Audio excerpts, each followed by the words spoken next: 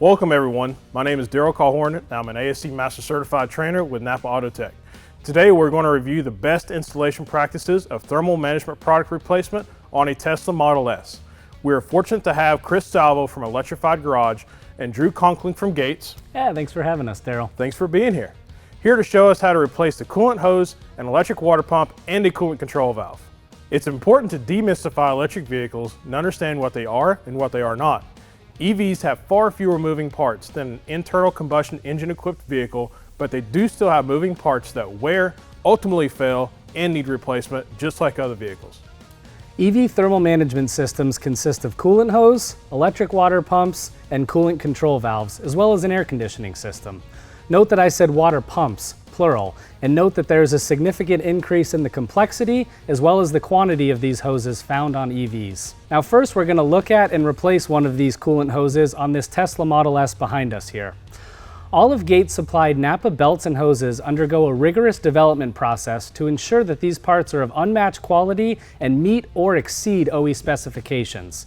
Our hoses deliver high capacity, high performing solutions for optimal operation of the battery as well as the rest of the electric powertrain. And all of these are available at your local NAPA store. So now we're going to rely on Chris's expertise and years of experience working on Teslas to walk us through the installation process. Hey guys, this is Chris from Electrified Garage. When working on an electric vehicle, it's important to isolate the high voltage system. This ensures that no one gets hurt while working on the vehicle. After safety isolating the high voltage system, we're going to carefully raise the vehicle to drain the coolant before replacing any of the parts. Once the coolant is drained, we'll head back over to the front to remove the trim panels and access the parts we're going to replace. Now we're going to show you how to take these panels off and isolate the high voltage battery. These come off pretty easily, don't actually need any tools, you just grab and pull. Now that the panels are off, we need to access the 12-volt battery, which is underneath where the cabin filter is. So Travis is going to pop the rivets. We'll take out the filter housing and you'll get access to the 12-volt battery and the fireman's loop. So this is going to be the high voltage interlock loop. We need to disconnect that and that disables the high voltage.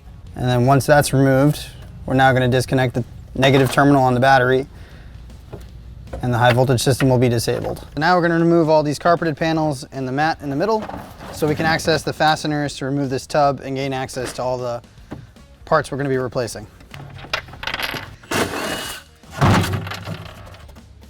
And I call this the microwave because it looks like a microwave.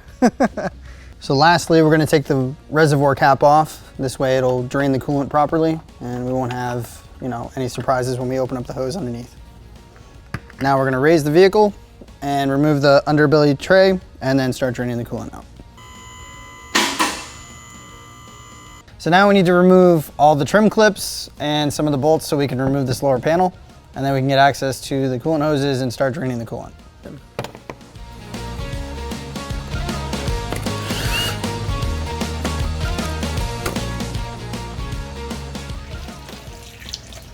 So now that the coolant's been removed, we're going to remove the hose clamps and remove the hose for replacement.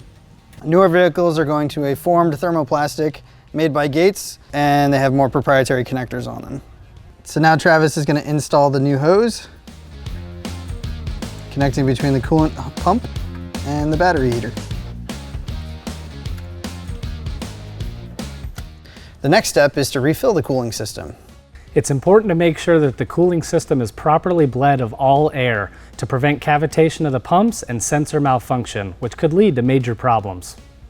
The last thing that we need to do is to reinstall the front panels and we're done. We can see that the repair process on an EV is a little different from a standard ICE vehicle.